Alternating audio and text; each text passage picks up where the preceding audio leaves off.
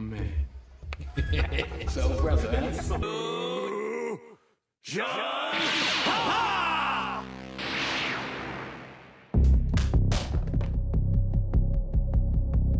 What's up, everybody? Yo, what up? What's going on, YouTube? Killed 10,000 grannies, 10,000 likes.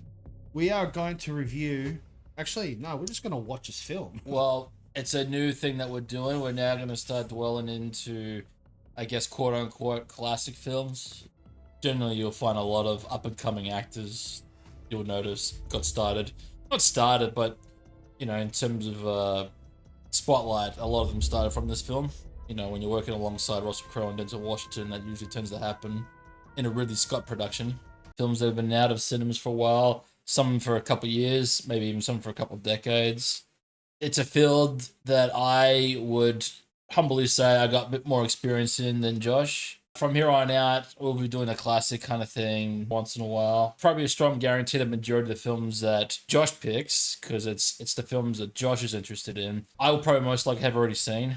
Yeah. So I'm going to be kind of a tour guide into this little sub-channel thing that we're going to be doing on the same channel, if that makes any sense. Yeah, where to begin? I don't know how much of the movie is lore accurate, historically accurate, or how much of it is like an embellishment of events, because naturally they do that in films, they to heighten the drama and whatnot.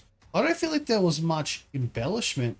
Like, there weren't many deaths. There was probably, like, what, 3 deaths? It's a very grounded film. Like, Josh Brolin, there was even, like, there wasn't any massive fight scene, shootout scene. He literally just, like, shot himself in the head. Yeah. And, like, it was very realistic. It seemed very grounded like that. Yeah, and even if it's true, based on a true story, they could have gone over the top with it.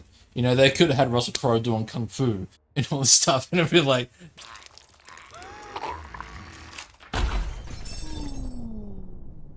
My name is Mr. Knife. This is... No, we don't need that. No airstrikes needed in this film. Drop it! Get out! Get out! Drop the gun! Don't do it! Drop the gun! Don't do it! Got him!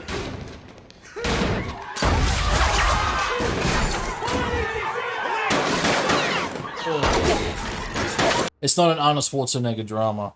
But yeah, that's the gist of Ridley Scott, man. He always loves to bring it very grounded. Even in a space horror like Alien, he still brings it very grounded in reality. It's like, that was always his style and was always his flair. And this was him at the peak of his career.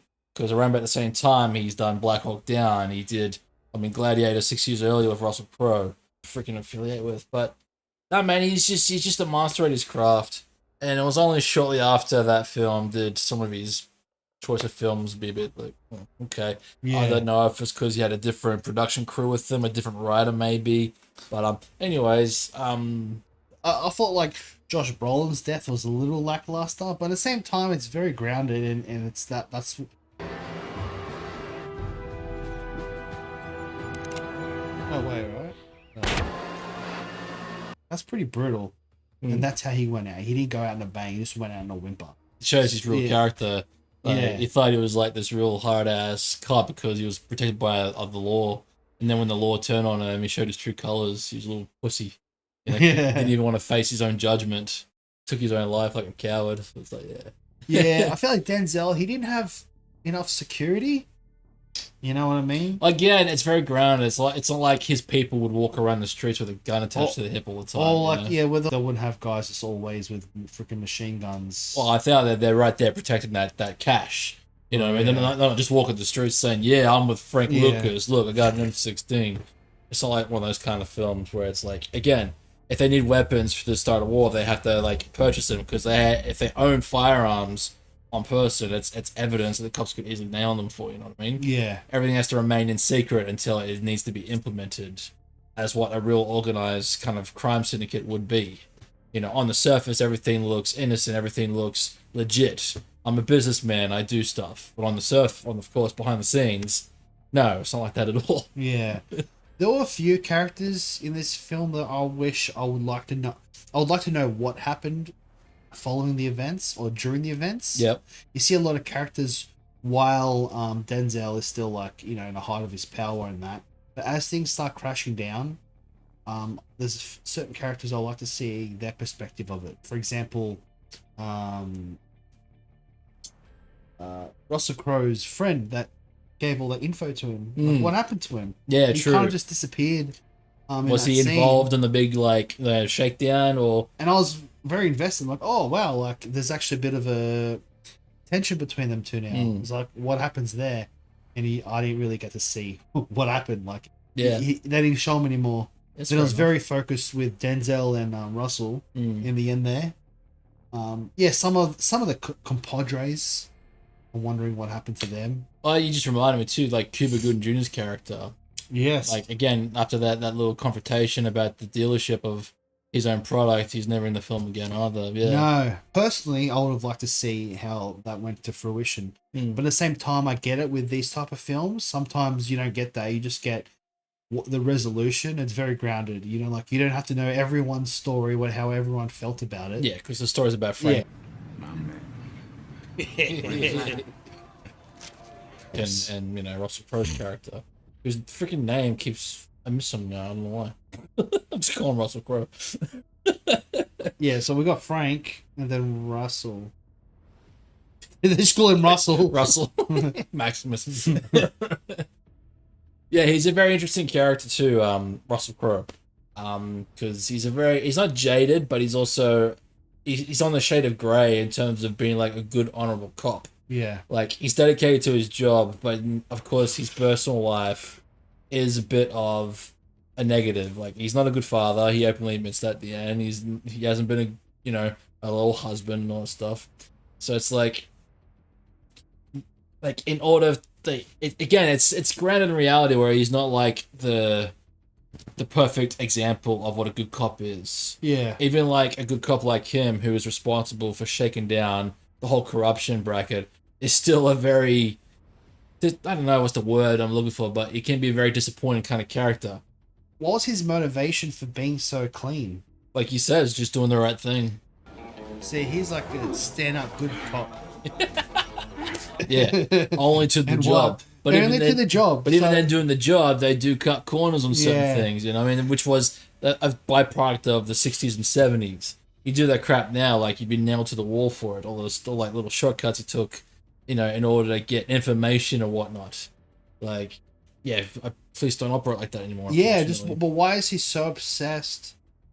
Like, he's not motivated by money. Yeah, what is he? Justice? I don't know. Yeah, we're not sure. I mean, in the end, he becomes an attorney. He like after the whole thing, he quit being a police officer and became an attorney. So I guess he does really have a concern for justice. Or like he's stuffed up with his kid and all that. And the one thing that actually keeps him like sleeping at night is the fact that he's not taking bribes and stuff. Yeah. Maybe that's like his conscience. That's what his wife gets at. It's like, it's still kind of a hypocrite. Yes. Like, you're gonna care about all this like, pansy stuff, but you don't care about your kid. Yeah, and he's like, yeah, you're right, I don't. See ya. Even though he literally he did a massive, like, what, 3/4 of the 3/4 of the entire New Jersey, I think it's just New York. New York. Yeah. Was Gonski's. Yeah, corrupt. 3/4 of the police department, man. Fucking. And then I wonder what happened if that the following 5 years, how much more like corruption, like how much more like, oh wow, all the cops are fired, let's rob a bank. Or even like trying to get new recruits. The police department. It's a slow process. Yeah, huge. So like no wonder like the 80s New York was like a slum. Well, yeah, maybe, you know what, maybe Russell kind of screwed things. He made things worse. Honestly. If they just like kept it going, maybe it'll be like, that was the whole gimmick, right? It was like, just let him stay in power. Yeah. Let's like get a little niche of money from him on the side, and everybody's happy. It's a win-win. Yeah, well, it's a win-win, but at the same time, you see the results of that win-win. That's the people in the projects, the people that can only afford to stay high. They're the ones that suffer. Like they said, he indirectly killed 10,000 people. Because they were just hooked on what they called a blue magic. Yes, blue magic. Yeah. So again, and even like Denzel Washington's character, he's a hypocritical figure. Like you pointed out. Yeah. Loudest person in the room is the weakest person in the room. He buys a giant lavish mansion. He's like, he's still dressing himself fine. You know, he's still pulling big charades with like big people, drawing celebrities and sports figures to himself. Like he's a country. He's all about family. But like the second one of them crosses a line, he tosses to the dirt. Yeah. They become a junkie and eventually turn on him. He not corrupts indirectly, but he corrupts the guy that wanted to be a baseball player. He's his cousin. Mm-hmm. You know, he had a chance to say be a baseball player, but he's like, I want to be like you, Frank, my man. Yeah. You know, like he ended up becoming his own corrosive poison, and like his mother knew it, and so did his wife, even though her involvement in the film wasn't really a big catalyst. But the mother's moment was. Yes. I loved her performance. Every time she was in the scene, it was really good. It felt very genuine, like that could have been Denzel's actual mother. Yes, and how she acted was, I think, exactly how you would act. You would act oblivious, very happy and appreciative, but as soon as some things start to happen, you're like, what's going on here? Like, then you start to question. Is this going to get worse? Yeah. And like, you got to be the voice of reason or even the voice of wisdom. But Denzel didn't want to have any of it because it was his pride or his stubbornness or just the power itself that got to his head. I mean, that seemed to be his ambition the entire time, was like control and power. You know, he kind of validates that when he killed Idris's character and a bunch of other stuff. You know, so that's right. He just shoots him in the head in the start of the movie, basically. Yeah. Get the fuck out of here, Frank. Oh, what you gonna do? What the fuck you gonna do, Frank? Huh? What you doing? You gonna shoot me in front of everybody? Huh? Come on. Motherfucker. But again, another power vacuum happens, but he's in a position where it's like, it's all mine for the taking now. In the air. Ratings? Oh, man, ratings. I wasn't really thinking of doing ratings for this, but may as well. Might as well. Ratings. I mean, like, this, like, I'll say like a 9.5 out of 10. You know, it's what, maybe not 9.5. Because I was trying to talk about see the negatives. There wasn't really any negatives I took away from it. Nothing's a perfect 10. Yeah, I don't know, 9 out of 10. It's one of those movies, they don't make movies like that anymore. Yeah. So, like, it's like a gem now. So, yeah, 9. Well, how about you? I'll give it an 8. An 8 out of 10? For me, the biggest draw card is just the performances. We forgot about Daryl, who's that's right. He was in it for like 3 cameo. seconds. It's like he was going to walk to the freaking. It's like he was dressed up for Walking Dead. He was like 5 years too early, but he still had the exact same. Who was he again? He was kind of pointless, wasn't he? I think he was a narcotics officer. I think at the very beginning of the film, they're talking about such and such. He was part of a different division that was in it very briefly. That was probably his first. Did he make any films before? Yeah, he'd been other things. He was up until The Walking Dead. He was most famous for, I believe, he was in Boondock Saints. Oh yeah, which was like, I've heard of that one. It became like a cult following favorite fan film. But he also played a side character in Blade 2. Oh right. Yeah, back in 2002. So that was probably one of that area. He wasn't famous, but yeah, it was the beginning stages. But yeah, for me, it was the performances that sell the film because it is based in a very grounded reality. Denzel, he just always demands center of attention whenever he's on screen. Russell Crowe, very suave. It's not his best role, but he still carries a big portion of the film. The only reason why it's not any higher than an 8 is because it's a story and a theme and a narrative that has been done before with prior, and it has been done better in other gangster films. Yeah. I could take away from the fact that a lot of the story beats is like wash, rinse, repeat of what happens in every crime drama. The ups and then the lows. You know, it's always that weird transition that always seems to be the trope of all these. No, I see what you mean. films. Even the way the story was told, it wasn't very unique. It was, the performances, like, especially Denzel's performance, they're just like really... Yeah. You can never do any wrong in that time period, the early 2000s. Every Denzel film was just like, I don't care what it is, Denzel's in it, so it's going to be awesome. It's, yeah. Yeah. So yeah, that's for me is why I'm going to give it an 8 out of 10. All right, ladies and gentlemen, that's all for today. We'll see you on next week.